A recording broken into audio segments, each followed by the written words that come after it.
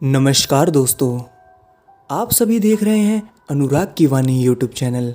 मेरा नाम है अनुराग और आज मैं आप सभी के लिए लेकर आ गया हूँ एक और सच्ची और डरावनी कहानी। तो हेडफोन्स लगाइए और इस कहानी को अपनी आंखों के सामने इमेजिन करके सुनिएगा दोस्तों। आखिर भूत कैसे होते हैं या कैसे दिखते हैं, लोग यह सभी जानना चाहते हैं, क्योंकि इनके बारे में कुछ भी सही जानकारी किसी के पास आज तक नहीं है। आज के टीवी शो या फिर मूवी में इन्हें कई शक्लों के रूप में पेश किया जा रहा है, लेकिन इनकी सच्चाई और वास्तविकता का किसी को भी पता नहीं है, या अगर किसी को है भी तो उन्हीं शख्स को जिसने स्वयं उस घटना का अनुभव किया है। ये मात्र एक रूह के वेश में होते हैं जो कभी कभी इंसानी रूप भी ले लेते हैं। ऐसी ही एक सच्ची घटना आज मैं आप लोगों को बताने जा रहा हूँ, जो कि आज की कहानी हमें भेजी है देवेंद्र प्रसाद जी ने। वह उत्तर प्रदेश के रहने वाले हैं। अब मैं आप सभी को कहानी उन्हीं के पॉइंट ऑफ व्यू से सुनाऊंगा। यह बात तब की है जब मैं ट्रेन से दुर्गापुर जा रहा था, जो कि बंगाल में पड़ता था। दुर्गापुर हावड़ा से लगभग 150 किलोमीटर पहले पड़ता था। दुर्गापुर से 7 किलोमीटर की दूरी पर एक गांव था जिसका नाम अनहार कर्मा था, जहां मेरे मौसा जी अपने बीवी और बच्चों के साथ रहते थे। मेरी शादी तय हो गई थी, जो कि ठीक 4 महीने बाद थी। मैं खुद उन्हें निमंत्रण देने जाना चाहता था, इसलिए मैं खुद वहां जाने का फैसला किया। मुझे वहां पर जल्दी पहुंचना था, तो मैं रात को ही ट्रेन से निकल पड़ा था। ट्रेन कुछ जल्दी ही दुर्गापुर रेलवे स्टेशन पर पहुंच गई और मैं रात को 1:30 बजे ही स्टेशन पर उतर गया। मुझे अब पूरी रात भर वहाँ पर रुकना था, क्योंकि मैंने रुकने के लिए कोई भी होटल बुक नहीं किया था। मैं एक चाय पीकर रात में ही स्टेशन पर घूम रहा था कि तभी मुझे एक बूढ़ा आदमी मिला, जो कि मेरे से इलाहाबाद जाने के लिए कोई ट्रेन पूछ रहा था। लेकिन वो मुझे कुछ अजीब सा लग रहा था, क्योंकि उसमें से कुछ ऐसी बदबू आ रही थी जो कि मैंने कभी भी सूंघी नहीं थी। ना तो वो पसीना था और ना ही ऐसी थी कि कभी बहुत दिनों तक कोई इंसान नहाया ना हो। मुझे बहुत ही अजीब सा लग रहा था। उस वक्त ठंड ने भी अपना असर दिखाना शुरू कर दिया था। मैंने उन्हें कहा, बाबा आप इंक्वायरी काउंटर से पता कर लो, जो सामने है वो आपको सभी ट्रेनों की सही जानकारी देगा। मुझे ज़्यादा नहीं पता है ट्रेनों के बारे में। तो वो वहाँ से चले गए और मैं कुछ देर स्टेशन पर ही घूमता रहा। कुछ देर बाद मेरे पास एक बूढ़ी महिला आई। वो भी मुझसे इलाहाबाद ट्रेन के बारे में पूछ रही थी और उसमें से भी ठीक वैसी ही बदबू आ रही थी जैसी कि उस बूढ़े आदमी में से आ रही थी। मेरे बिल्कुल भी समझ नहीं आ रहा था कि आज मेरे साथ यह क्या हो रहा है। जो भी कोई आता है इलाहाबाद के बारे में ही पूछता है, और वो भी एक जैसे लोग, जिनमें से एक जैसी ही बदबू आ रही है। अब मुझे दुर्गापुर रेलवे स्टेशन पर घूमते हुए कोई रात के 2 बज चुके थे। क्योंकि ठंड का मौसम था, इसलिए स्टेशन के बाहर अभी भी बहुत अंधेरा ही था और साथ ही घना कोहरा भी था। तो मैं वापस स्टेशन के अंदर जाने लगा कि तभी मेरा किसी ने हाथ पकड़ लिया।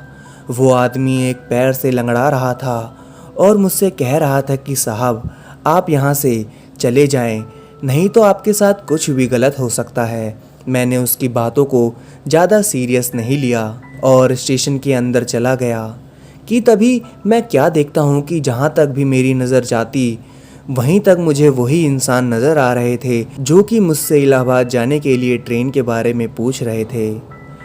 इतने सारे आदमियों को देख मैं बहुत ही घबरा गया और उनके बारे में सोचने लग गया। तभी मेरी नज़र स्टेशन के बाहर चाय की ठेली पर पड़ी। मैं मुस्कुराता हुआ उस तरफ बढ़ा चला। मैंने चाय वाले से चाय मांगी और पैसे देकर स्टेशन की तरफ जाने लगा।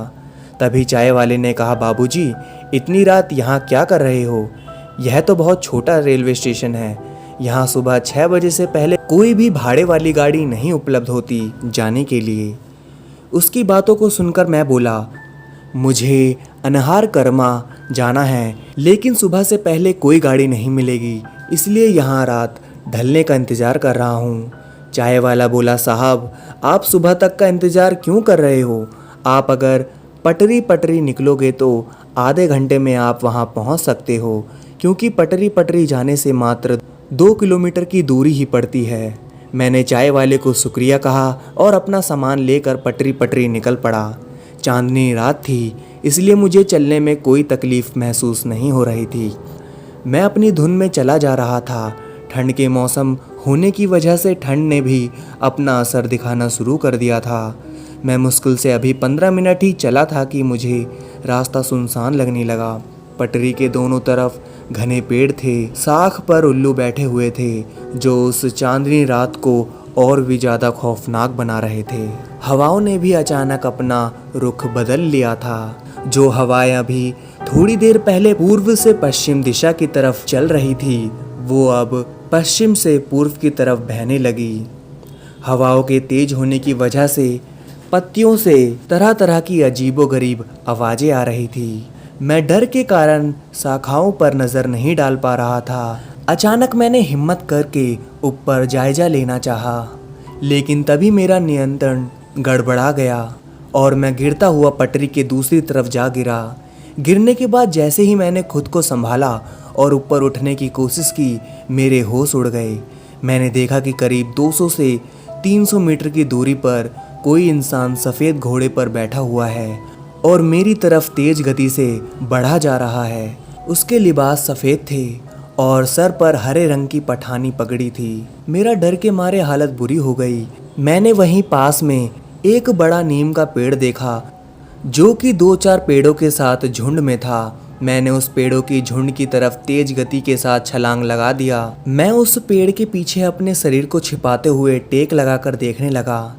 चंद सेकंड में ही वो सफ़ेद घोड़े पर सवार सफ़ेद लिबास वाला इंसान अब मुझसे मात्र कुछ दूरी पर ही था। अचानक उसका घोड़ा अपने दोनों टांगों को उठाकर ज़मीन पर पटकता है और दाईं तरफ घूम जाता है। फिर कुछ दूरी पर चलकर वो अचानक रुक जाता है। वो सफ़ेद लिबास वाला इंसान उस घोड़े से उतरता है। वहीं पास में एक मझार थी, जहाँ एक दिया पहले से ही जल रही थी। वो वहाँ जाता है। वो मुस्कुराते हुए वहाँ बैठता है जहाँ दिया जल रहा था। ठीक उसके पास में ही कुछ सिगरेट और बीड़ी रखी हुई थी। वो सफ़ेद लिबास वाला इंसान बारी बारी से उन सभी बीड़ी और सिगरेट को पीना शुरू कर देता है। जब मेरा ध्यान उसके चेहरे पर गया तो मैं अवाक रह गया। उस शख्स की लंबी लंबी सफ़ेद दाढ़ी थी, जो तकरीबन उसकी छाती तक आ रही थी, और दाढ़ी का भी रंग पूरा सफ़ेद था। उस शख्स की मूछें बिल्कुल भी नहीं थी। सफ़ेद दाढ़ी और मूछें बिल्कुल गायब होने की वजह से वो इंसान बहुत ही अजीब लग रहा था, लेकिन उसके चेहरे पर शांति और सुकून के भाव थे। तकरीबन आधे घंटे में उस शख्स ने उस जगह रखी सभी बीड़ी और सिगरेट को धुएं में उड़ाने के बाद पुनः उस सफ़ेद घोड़े पर बैठकर उसी दिशा में फुर हो जाता है जिस तरफ से वो आया था।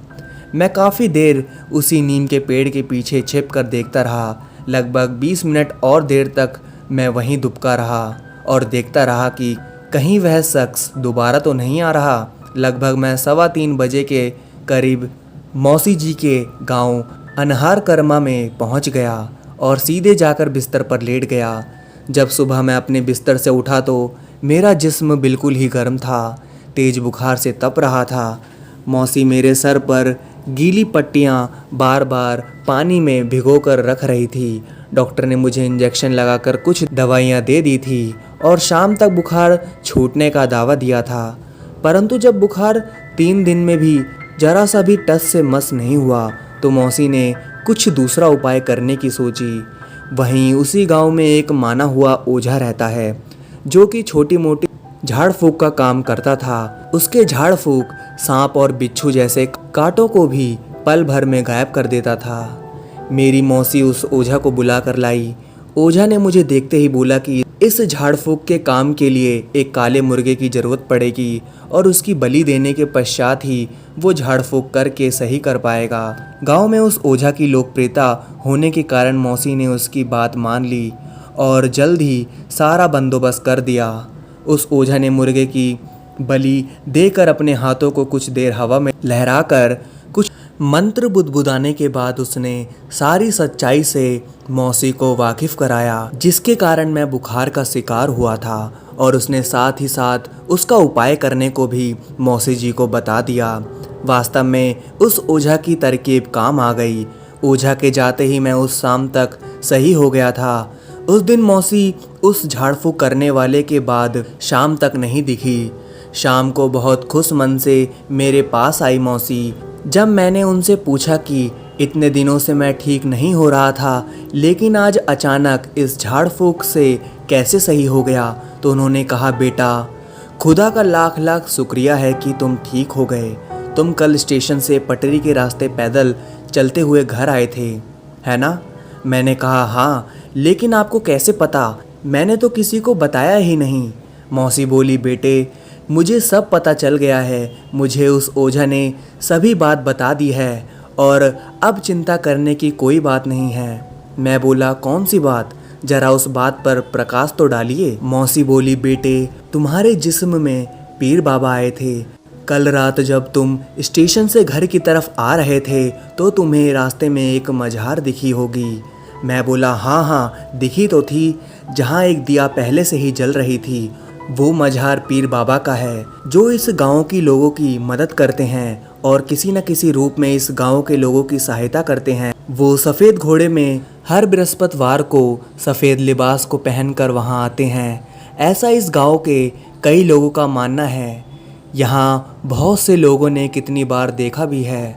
मेरी बातों को बीच में काटते हुए मौसी ने कहा था। मैं बोला, वो बात तो है, लेकिन उन्हें देखने से इतना बड़ा क्या फ़र्क पड़ सकता है? मौसी बोली, पीर बाबा हर बृहस्पतिवार के दिन वहाँ आकर भक्तों की फरियाद वहाँ मझार के पास बैठकर कुछ देर विचार करके चले जाते हैं। वहाँ से दिन में या कभी भी गुजरने वाला हर कोई राहगीर उस मझार पर अपना सर झुका कर जाता है। ऐसा नहीं करने पर पीर बाबा नाराज हो जाते हैं और उस राहगीर को कुछ दिनों में ही बहुत सी परेशानी झेलनी पड़ती है। मैं अब उनकी बातें सुनकर सच में डरने लगा था। मुझे बहुत पछतावा हो रहा था कि शॉर्टकट लेने के चक्कर में ज़िंदगी ही शॉर्ट हो चुकी थी। मेरे मन में घबराहट हो रही थी। मेरा दिल अब पहले से ज़्यादा तेज़ धड़क रहा था। मौसी बोली, देखो अब घबराने की बात नहीं है, मैंने सारे उपाय कर दिए हैं। तुम कल उस मझार की तरफ से बिना सर को झुकाए आ गए थे, इसलिए तुमको इसकी सज़ा मिल रही है। मैं बोला, वो सब तो ठीक है, लेकिन आप उस झाड़ फूक के बाद कहाँ चली गई थी? मौसी बोली, मैं उस मझार के पास गई थी।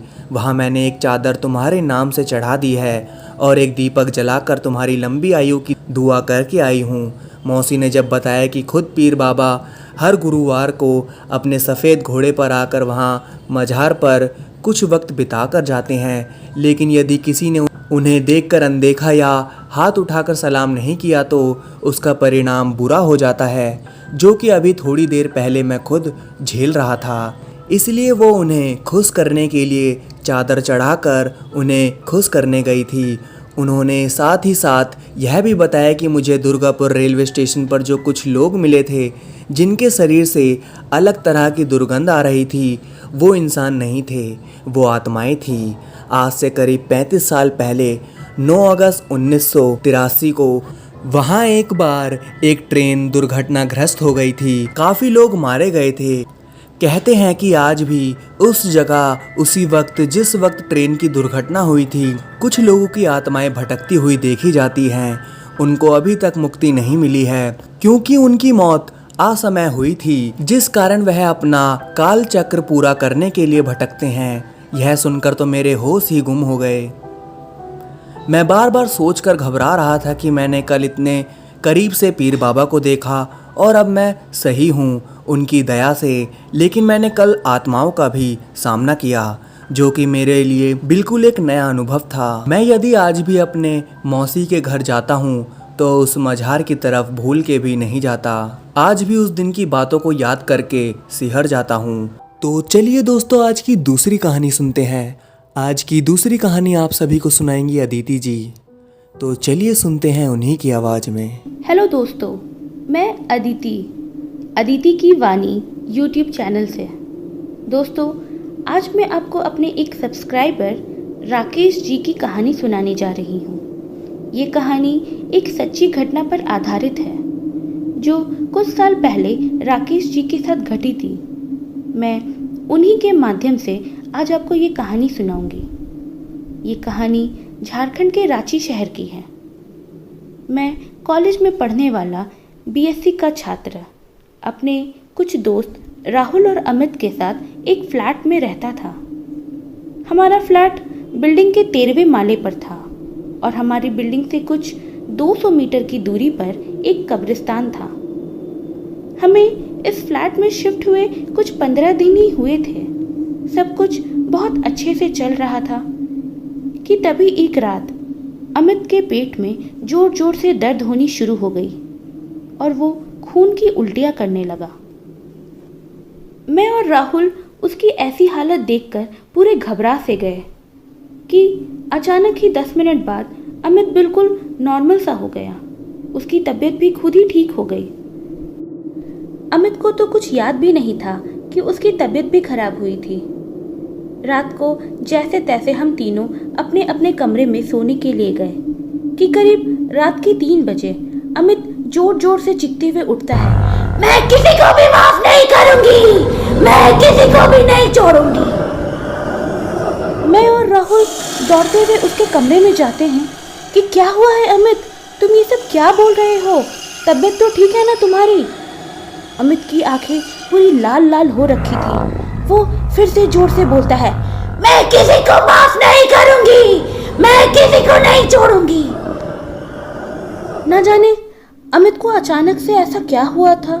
वो ऐसी बहकी बहकी बातें क्यों कर रहा था। मैंने राहुल से कहा, आज जो हुआ सो हुआ, कल इसे एक अच्छे से डॉक्टर के पास ले चलते हैं। राहुल शांत खड़ा था। वो चुपचाप अमित के हाव भाव को देख रहा था। उसने मुझसे कहा, राकेश, अमित को डॉक्टर की नहीं बल्कि किसी तांत्रिक की जरूरत है। उसकी हालत बहुत गंभीर है। डॉक्टर उसको ठीक नहीं कर सकते हैं। मुझे ऐसा लगता है कि अमित के ऊपर कोई आत्मा का साया है। मैं राहुल की बातें सुनकर हंसने लगा। अबे, तू पागल हो गया है क्या? पढ़ा लिखा लड़का है तू और ये सब भूत आत्मा में विश्वास करता है? अरे यार राकेश, तुझे पता नहीं है, पर ये सब आत्माएं होती है। जिसकी मृत्यु किसी दर्द की वजह से किसी घटना में होती है और उनकी आत्मा मुक्त नहीं हो पाती है, वो आत्माएं ऐसे ही भटकती रहती है। मुझे लगता है अमित के ऊपर भी ऐसे ही किसी आत्मा ने अपना कब्जा कर लिया है, जो बार बार एक ही बात कह रही है, मैं किसी को माफ़ नहीं करूँगी, मैं किसी को नहीं छोड़ूंगी। मुझे लगता है हमें कल ही इसे किसी तांत्रिक के पास ले जाना चाहिए। राकेश भी अमित की हालत देखते हुए राहुल की बात मान लेता है और बोलता है, भाई राहुल देख, मैं तो इन सब पर यकीन नहीं करता, बट तू कह रहा है तो चलते हैं एक बार तांत्रिक के पास भी। अगले दिन सुबह ही तीनों तांत्रिक के पास जाते हैं। अमित की हालत देखते ही तांत्रिक कहता है, अरे इसमें तो किसी आत्मा ने कब्जा कर लिया है और वो बहुत दुखी और सताई हुई आत्मा है। बिना अपना बदला पूरा किए वो अमित को नहीं छोड़ेगी। राहुल बोलता है, पर बाबा आखिर ये किसकी आत्मा है और इसके साथ क्या हुआ है? तांत्रिक बोलता है, इसका जवाब तो तुम्हें तुम्हारे बिल्डिंग के लोग ही दे सकते हैं। वही उसी फ्लैट में इस बच्चे के साथ कुछ बहुत ही गलत हादसा हुआ है और घबराओ मत तुम लोग, वो आत्मा अमित को कुछ नहीं करेगी, वो बस अपना बदला लेकर चली जाएगी। राकेश और राहुल अमित को लेकर फ्लैट में वापस आ जाते हैं। अमित को अच्छे से कमरे में सुलाकर वे लोग नीचे सिक्योरिटी के पास जाकर पूछताछ करना शुरू करते हैं। सिक्योरिटी वाला कहता है, साहब मैं तो नया हूँ इस बिल्डिंग में, मुझे तो अभी बस 2 ही महीने हुए हैं। आप लोग इस बिल्डिंग के सेक्रेटरी साहब से क्यों नहीं पूछते हैं? वे 4th फ्लोर में रहते हैं, खन्ना साहब। मैं और राहुल खन्ना साहब के पास जाकर उन्हें सारी बातें बता देते हैं और अमित के साथ क्या क्या हो रहा है वो सब भी। वे लोग तो इस फ्लैट में 15 दिन से ही रह रहे हैं। अभी तक तो सब सही था, पर कल अचानक ही शाम से अमित की हालत इतनी खराब हो गई। खन्ना साहब उनसे पूछते हैं, कल क्या तारीख था? राहुल बोलता है, कल तो 17 मई था। खन्ना साहब का चेहरा पूरा पसीना पसीना हो गया। वो घबराते हुए बोले, राधिका। मैंने और राहुल ने भी एक साथ ही बोला, राधिका? ये राधिका कौन है? खन्ना साहब नम आंखों से बोलते हैं, ये राधिका मेरे दोस्त की बेटी है। वो भी तुम लोगों के जैसे ही पढ़ने के लिए आई थी और अपनी सहेली के साथ तुम्हारे ही फ्लैट में रहती थी। पिछले साल ही वो चल बसी। वो 17 मई का ही दिन था जिस दिन उसकी मौत हुई थी। जालिमों ने उसे नोच खाया था। बेचारी बहुत ही प्यारी और सीधी थी। बस अपनी पढ़ाई से मतलब था उसे। पर कहते हैं ना, अच्छे लोगों को ये जालिम दुनिया जीने नहीं देती। बस वही हुआ उस बच्ची के साथ भी। मैंने तुरंत ही खन्ना साहब से पूछना चाहा, पर मेरी आवाज़ ही नहीं निकली। इतने में राहुल बोलता है, हमें पूरी बात बताइए खन्ना साहब, आखिर किसने किया उसके साथ ऐसा? खन्ना साहब बोलते हैं, तुम्हारे फ्लैट के ठीक नीचे 12वें फ्लोर में 2 लोग रहते हैं। वे अक्सर ही लड़कियां लेकर आते हैं, शराब वगैरह पीते हैं और नशे में डूबे रहते हैं। सोसाइटी से उसकी कंप्लेन भी आती थी, पर हम कुछ कर नहीं पाते थे। उसी के बाप की ये सोसाइटी जो है, बड़े बाप का बिगड़ा हुआ औलाद है वो। रमन त्यागी नाम है उसका। रमन अपने कुछ आवारा दोस्तों के साथ कुछ 3 साल से इस सोसाइटी में रह रहा है। जोर जोर से म्यूजिक बजाना, शोर मचाना और लड़कियां लाना, ये इनके रोज का काम था। पर पिछले साल राधिका और उसकी दोस्त यहाँ रहने आई। राधिका काफी खूबसूरत थी, इसलिए रमन का दिल उस पर आ गया। वो आते जाते राधिका को परेशान करता रहता, लिफ्ट में उसे छूने की कोशिश करता। राधिका ने कंप्लेन भी किया मुझे और उसके बाप को, तो वो और चिढ़ गया। एक दिन शाम में राधिका अपने फ्लैट में अकेले थी, तो रमन त्यागी अपने दोस्त के साथ उसके फ्लैट में गया। बेल बजाया, पर राधिका ने दरवाज़ा नहीं खोला। उसने कहा, मैं तुमसे माफ़ी मांगने आया हूँ, एक मौका तो सभी को मिलना चाहिए। बेचारी राधिका भोलेपन में दरवाज़ा खोल देती है और जैसे ही रमन और उसके दोस्त को नशे के हालत में देखती है तो तुरंत दरवाज़ा बंद करने के लिए जाती है। पर रमन त्यागी उसे जोर से धक्के मारकर गिरा देता है और दरवाज़ा बंद कर देता है। और वो दोनों मिलकर राधिका के साथ बहुत गलत करते हैं, उसके शरीर को नोच खाते हैं और वापस चुपचाप अपने फ्लैट में आकर सो जाते हैं। अगले सुबह राधिका मेरे पास आती है और मुझे ये सारी बातें बताती है। हम दोनों पुलिस के पास जाते हैं। पुलिस वालों ने तो कंप्लेन लिखने से ही मना कर दिया, क्योंकि रमन त्यागी बड़े बाप का बेटा जो था और शहर में उसकी अच्छी जान पहचान थी। इस बात का पता जैसे ही रमन को अगले दिन चला कि राधिका पुलिस स्टेशन गई थी, उसने राधिका के फ्लैट में घुसकर फिर से उसके साथ जानवरों जैसा सलूक किया और उसे मारकर पंखे से लटका दिया। उन लोगों के डर से मैंने भी कुछ नहीं किया। क्या कर सकता था मैं? मेरे घर भी 2 बेटियां जो हैं, और राधिका के माँ बाप तो सदमे में ही चले गए। कुछ महीनों तक राधिका उनकी इकलौती बेटी थी। कुछ वक्त बाद जब राधिका के माँ बाप पुलिस स्टेशन गए कंप्लेन करने, तो पुलिस ने उनका कंप्लेन रजिस्टर तो किया, पर रास्ते में आते वक्त एक ट्रक ने उसे मारकर उड़ा दिया और राधिका का पूरा परिवार एक ही झटके में खत्म हो गया। रमन त्यागी आज 1 साल बाद भी वैसे ही अय्याशी कर रहा है। उसे कोई फर्क ही नहीं पड़ता कितनी लड़कियों की जिंदगी उसने बर्बाद की होगी।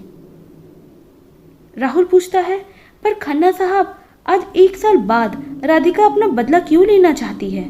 इतने वक्त तक उसने अपना बदला क्यों नहीं लिया? खन्ना साहब ने कहा कि पिछले 1 साल से तो पूरा 13th फ्लोर ही बंद पड़ा था, कोई रहता ही नहीं था वहाँ। 20 दिन पहले जब तुम लोग आने वाले थे तो रमन त्यागी के बाप ने उस फ्लैट की सफाई करवाई है, और 17 मई के दिन ही राधिका की मौत हुई थी, इसलिए शायद वो तुम्हारे दोस्त अमित के शरीर में वापस आई है। राधिका बहुत प्यारी बच्ची थी। तुम लोग फिक्र मत करो, अमित को कुछ नहीं होगा। राहुल और मैं खन्ना साहब की बातें सुनकर दंग ही रह गए कि कोई इतना भी घटिया इंसान हो सकता है और पुलिस प्रशासन कोई उसका कुछ नहीं कर सकता। ये सब सोचते सोचते हम दोनों लिफ्ट से ऊपर ही आ रहे थे कि तभी लिफ्ट में दो शराबी लड़खड़ाते कदमों के साथ आते हैं। उनमें से हमसे एक कहता है, मेरा नाम रमन त्यागी है, ये मेरे बाप की सोसाइटी है और ये मेरा दोस्त, मेरी जान बंटी है। बस इतना ही वो कहता है कि उसका फ्लोर आ जाता है। 12th फ्लोर में वो उतर जाता है। हम भी अपने 13th फ्लोर में उतरते हैं। जैसे ही हम अपने फ्लैट के अंदर घुसते हैं, देखते हैं अमित कमरे में बैठा है और हमारी ओर देखकर घूरे जा रहा है। मैं उससे पूछता हूँ, कैसा है भाई तू? वो चीखते हुए बोलता है, मिल लिए तुम लोग उस कमीने से? कैसा है वो दरिंदा रमन त्यागी? मैं तो झटके से जमीन पर गिर पड़ा। अमित हवा के झोंके सा कमरे से निकलकर चला गया और एक ही झटके में 12वीं मंजिल में पहुंच गया, रमन त्यागी के घर के बाहर। मैं और राहुल भी उसके पीछे दौड़ते हुए गए। अमित रमन त्यागी का दरवाजा खुला रहा था। जैसे ही रमन ने दरवाजा खोला, वो अंदर उसे एक जोरदार धक्के देकर दरवाजा बंद कर देता है। हम बाहर ही रह गए। कुछ 5 मिनट बाद फ्लैट का दरवाजा खुद ही खुल जाता है और एक साया हवा की झोंके सा बाहर निकलता है और खिड़की से होते हुए आकाश में मिल जाता है। हम जैसे ही रमन त्यागी के फ्लैट के अंदर जाते हैं तो देखते हैं अमित जमीन पर बेहोश पड़ा है और हॉल के पंखे में रमन त्यागी लटका हुआ है और कमरे के पंखे में उसका दोस्त बंटी लटका है। मैं और राहुल तो बिना किसी चीज को छुए अमित को उठाकर चुपचाप अपने फ्लैट में आ जाते हैं। हमारा तो डर के मारे बुरा हाल था। तभी अमित के कमरे से हमें एक नोट मिला जिसमें लिखा था, थैंक यू इस फ्लैट में आने के लिए, और घबराओ मत, तुम लोगों को कुछ नहीं होगा। कोई निशान नहीं मिलेगा पुलिस वालों को। आराम से रहो तुम लोग इस फ्लैट में बेफिक्र। अगर आप सभी को अदिति जी की कहानी पसंद आई हो तो लिंक मैंने उनके चैनल का डिस्क्रिप्शन में दे दिया है। आप लिंक पर क्लिक करके उनके चैनल पर जाकर उनकी और भी कहानियाँ सुन सकते हैं और उनके चैनल को भी सब्सक्राइब कर सकते हैं। अगर आप सभी को आज की वीडियो पसंद आई हो तो इस वीडियो को लाइक करिए और मेरे चैनल को भी सब्सक्राइब कर लीजिए दोस्तों, क्योंकि ऐसी ही वीडियोस मैं हमेशा आप सभी के लिए लेकर आता रहूँगा। धन्यवाद दोस्तों।